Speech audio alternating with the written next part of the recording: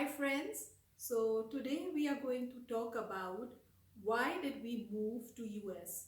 So what was the reason that we decided to move from India to US? This will be from a man's point of view. So I'm going to ask my husband to talk about why did he move to US? And yes guys, he moves to US, or I would say he was in US before we got married. So let's find out why he moved. And guys, I would request you to listen to his point of view with an open mind. And there might be, and if you find something offensive, if you're in India and you find something offensive, please don't take it too seriously. Everybody has their own thinking, their own reasoning.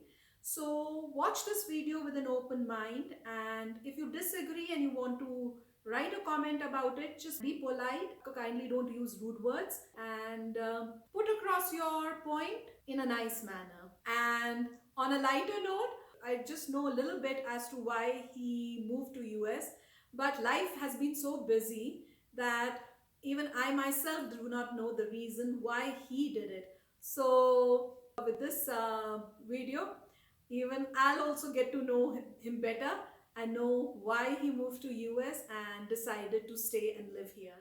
So friends, here is my husband, and he's going to give frank, truthful reason why he moved to US or decided to move to US. And yes friends, when I read your comments, I have read that most of the people, they think that the main reason, or the only reason I would say, that someone moves to US is because of money. So we'll ask him and see, is that the reason why he moved or not? And once again guys, please watch this video with an open mind and don't take any comment offensive. So let's get started. And mind you guys, this is from a man's perspective.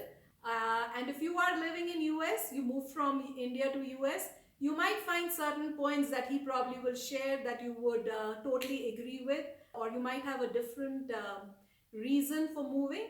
Do share it in the comment section so that people know exactly why Indians are moving to US. So okay guys, so let's get started. So the first question I'm going to ask my husband is, when did he actually decide to move to US? At what age or when?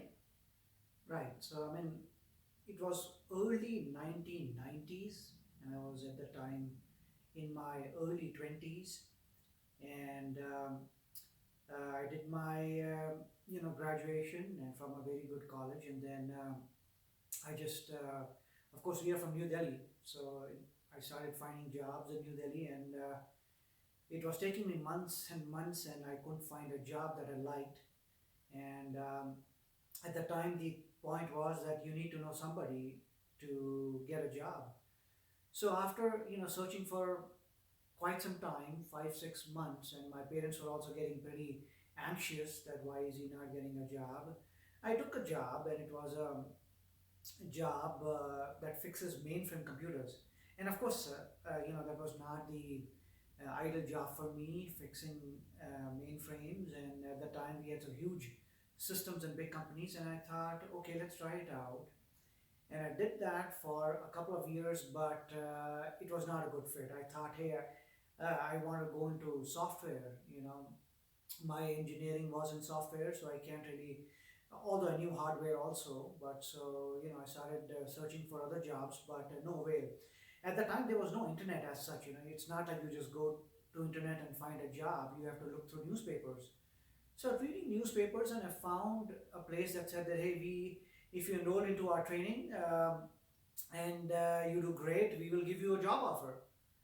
So I said, okay, I've saved some money in the last 2 years, so let's do that. So I went there and I started that training, and at the end of the training, it was a 1 year course, and I did end up getting top of my class. So they gave me the offer, and that offer was in Bombay, which is now Mumbai. And I'm like, okay, I'll have to move there. But I thought it's a software teaching company, so if they're giving you an offer, that'll be great. So I went to Mumbai, and obviously, I didn't have that kind of money, and it was in Andheri, and but I couldn't afford to stay there. All the places were pretty costly, and even if you share, I didn't know many people. So I just kept on looking, and I found a place which was kind of okay, and it was at least 1.5 hours away in a train, right?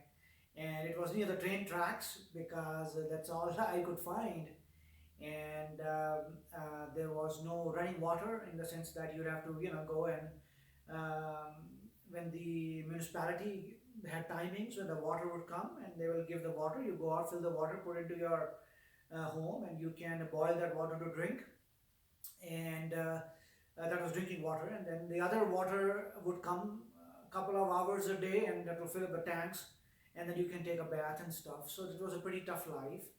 And every day in the morning I would get up at 4 o'clock, and I would go reach office at I would be at the train station around 7 o'clock and reach at 8:39, and came back 10 o'clock in the night, back from Andheri to this place.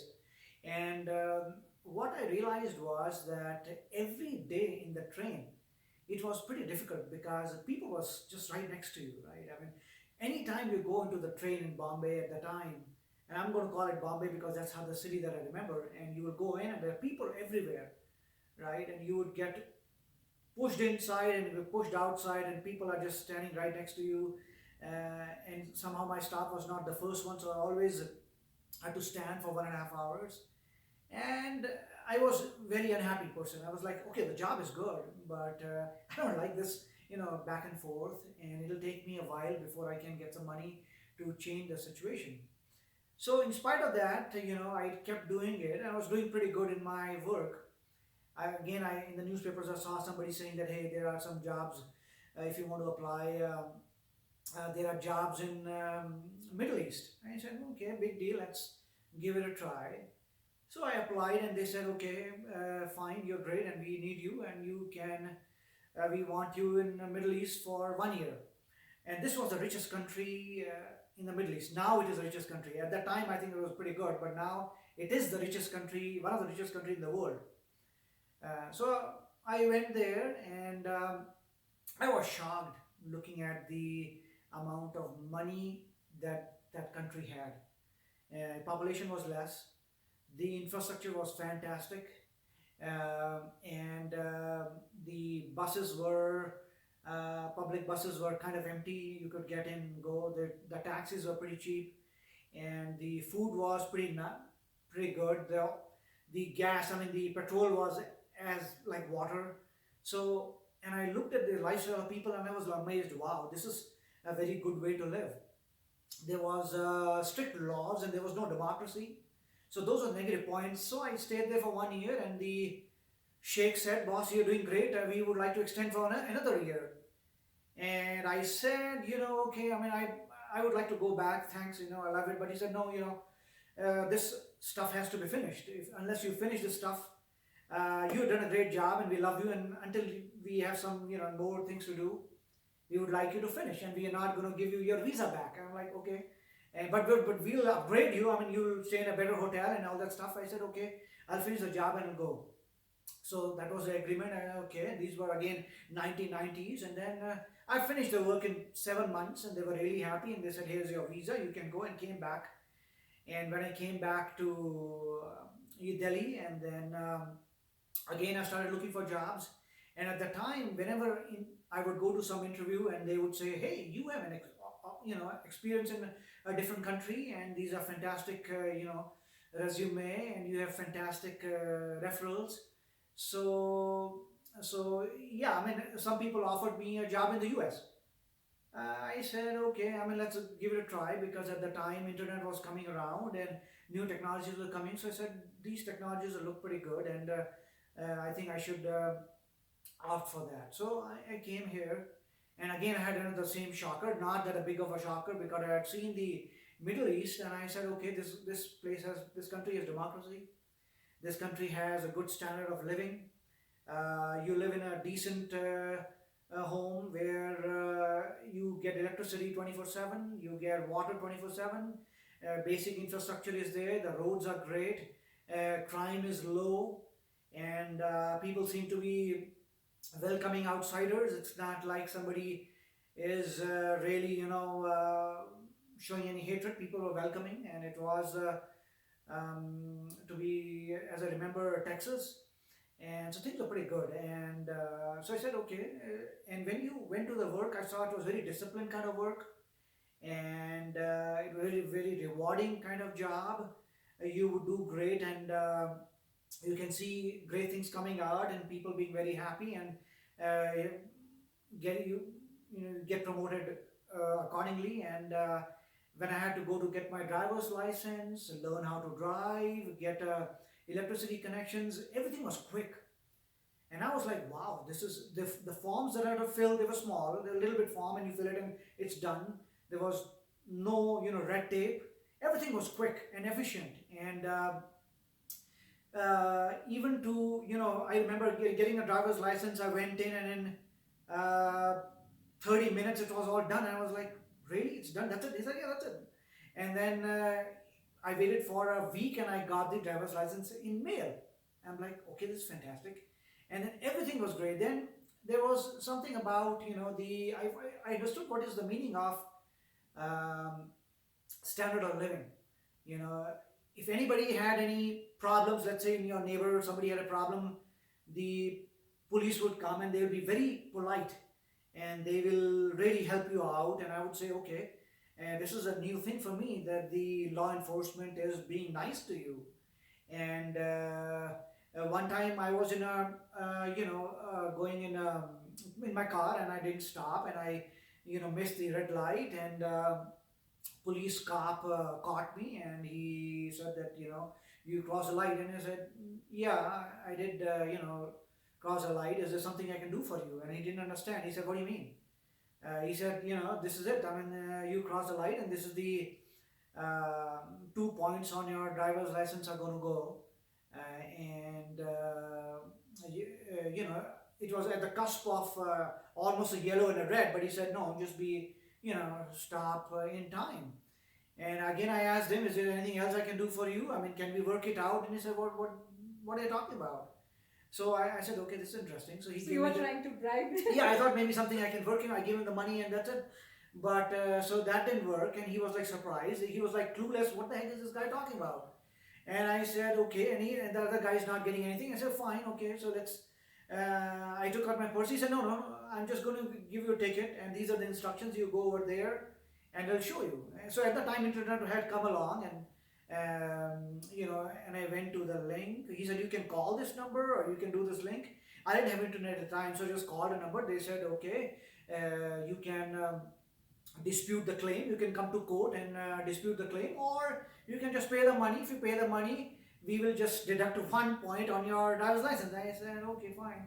So I paid the money. I just got one driver license, and I came back. And then, so I saw that there was no corruption at all at this point. No corruption at all. And then, maybe 6 7 months ago, I was caught for speeding. It was 40, and I was driving at 60. And then this time I told the guy, is there anything I can do for you? Again, I knew nothing was going to happen. And then I realized that the stuff is pretty good. If you break the law, you pay the fine or whatever. There's no corruption, there's nothing. The other point was that, everything had a beautiful cadence to it, regularity to it, right? Like if I wanted a new phone connection, I just need to make a phone call and do it that way. Or I could go to the office. Now, of course, I don't have a phone, so how do you call? So I went to my friend's place, and he had a phone. I called and said, new connection, blah, blah. And in 30 minutes, they said, okay. And the phone started working. And same with electricity connection. So everything that you had to do was good. Now came the time to, file your tax returns. So I said, what the heck is that? They said, hey, we have, deducted your taxes, and now it's time to recheck whether the deductions were okay. Maybe you may have paid more, so we'll return you the money, or you may have paid less, and you'll have to give more. I said, okay, fine. So I said, then I thought, okay, paying taxes is going to be a big deal. And I went and, got some books and stuff, and started reading about it. And I said, no, it's pretty easy. This is the form that you need to fill. So I looked at the form, and I said, and they said, and so I went to the post office. They said, go to the post office, they'll have the forms. So I looked at the form. There was one simple form that I had to fill, and there was a instructions telling each and everything for that form, that this line means this is it. And I was like, okay. And I looked at the form return and I was done in 1 hour, right? Because all the people coming from, most people coming from Asia are pretty good in math, right? That's a piece of cake for us. So whatever calculations are saying, I said, okay, fine. I just quickly did the calculations and I was done. And I'm like, that's it? You are done in 1 hour? And he said, yeah. And then what do you do? He said, nothing, just post it, mail it. So I just put the whole thing and mailed it. And it was showing a refund for, some $550 or something. And then I sent it, and in months' time, I got the check from government. I said, okay, this is really good. So I started to look at the whole ambience of the thing and say, okay, this is looking good. There is a quality of life. The infrastructure is great, and the roads are fantastic, and the salary is such that you can buy an old car. I bought my first car within 3 months of arriving here. So, and it was a third-hand car or something, but ran pretty good for many years. And so, in a short duration of, I'll say, 1 year, I was in a very good apartment and I had a beautiful car, and everything was super good. And I was like, this is the kind of life you're looking at. And after having your engineering done from a very good college, at least this is something that I deserved. But I got it when I was, in my in my late 20s, right? So I came early 20s, and it was 6, 7 years by the time I did my jobs in India, went to a couple of places, came here. So it was like, 27, 28 by the time I was kind of settled. And I was like, okay, it took me just 1 year to settle here. And then I looked at my friends and they were just struggling in life over there in spite of all of us, doing great in our education and getting great degrees. But life was not so good. There was a lot of population, a lot of corruption, a lot of, unnecessary hassle. Um you would go to the lines, was everything had a line at the time. Again, I'm talking about 1990s. Now the things have changed. Okay, I'm talking about 1990s. I don't think that much, though. Yeah, in 1990s, everything had a line. Wherever you go, there was a line you had to wait, and so life was tough, right, at the time. And I was not a rich guy, right? My parents were not rich. We were okay. So my parents could only give education. Say, hey, we have given you education. That's it, man. Now you're on your own. Right? This is the max we can do, right? So I understood, and so because I was not a rich person, life was tough. But over here, it gave an opportunity where it was like, if you work hard, then we will compensate you for your effort and we will appreciate it. And infrastructure is going to be great. The one thing that I did miss initially was friends. But then I realized that many people from India were coming, and then in a community, I had 5, 6 friends. And I then realized that it is good to get a perspective of different. So I have some African American friends. I had some, um, Americans at the time. They were mostly whites, and then white guys. So I had many friends, and I started to see life from their perspective. And I thought, the more diversity there is, the better I am, because when I heard from their perspective, I was like, yes, this listening to them makes me a better person, because I never thought what they were thinking. I never thought like them. And when I spoke and they looked at my perspective, they became a better person too, because they saw things from my perspective. Like one of my friends had a habit of throwing things, and I said, no, I'm going to not throw this, because where I come from, we don't throw. We just retain it and I'll use it tomorrow. It's not because of saving money, but that's how I am. Even if I have a lot of money, I'm not going to throw this because I can't do this, right? The other thing, the disrespect for books, like in books, it's vidya. So if it falls down, you pick it up and you do this, and you keep it with you. And they were like, some person can walk over the book and he doesn't care. So I said, these things mean a lot to us, and they also understood that what education means. So diversity was great, but this was the primary reason. I mean, it was not like I had planned for this, that hey, I want to go to the US. No, that was not the plan. The plan was to get a better standard of living, not money, because it's very few people are able to become billionaires, right? You'll make some money, but the goal is not to chase after money. Then your life will be done, and you can't take money with you when you die. So that's useless, right? You do what makes sense to you. You do what gives you happiness or what makes you a better person. So that was a goal. I was just trying to step by step improve my life, tackle one thing at a time, and that stumbled upon the next thing and the stumble next time, and you just come here, uh, just trying to resolve one problem at a time. And then I did realize that coming here, the only lacking was community, because here population is less and you don't have friends everywhere, but that gives you a lot of time to do research in your work. I mean, things that you love, right? I mean, we learned the thing about creativity. In India, we are just working, working, working, but what about creativity? So here we learn creativity like, okay, let me make a software that does this, and I'm just doing it for creativity and let the whole world use it for free. And that's a tool that helps other people, like. So we then understood the concept of volunteering, open source. And so you're creative, you create some stuff and put it out there, and somebody's going to use that stuff to build something else. And so there is really a quality of life and time to pursue your creativity and be happy, and your time is not getting wasted into non value add things, right? I mean, in India, a lot of time was being lost in non value added things. Going in the train in the morning, 1.5 hours, 1.5 hours coming, and you were tired of pollution, and you were unhealthy. Everybody that I saw was poor, struggling. At railway stations, people are walking back to back, back to back, back to back, right? So everybody's pissed off over there. They're tired. And that was a time in 1990s. I don't know now, but I haven't been to India in a while, because we keep asking our parents to come here instead of we going there. But I have to go.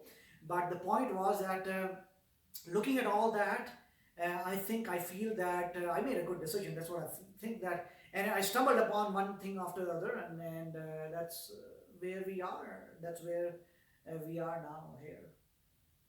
So, guys, this was his point of view, and I hope that you better understand as to why people are moving or why we moved specifically from India to US. Well, this was his point of view. Maybe someday I'll also open up and share with you my thoughts as to why I chose eventually to stay in US. So guys, I hope you liked this video, and we'll do the same video in Hindi, so that for those who feel comfortable listening in Hindi can also listen and know as to the reasons why people or us have moved, or we have moved to US. So guys, I'll take your leave, and we'll come back again with another video pretty soon. Till then, take care. Bye bye.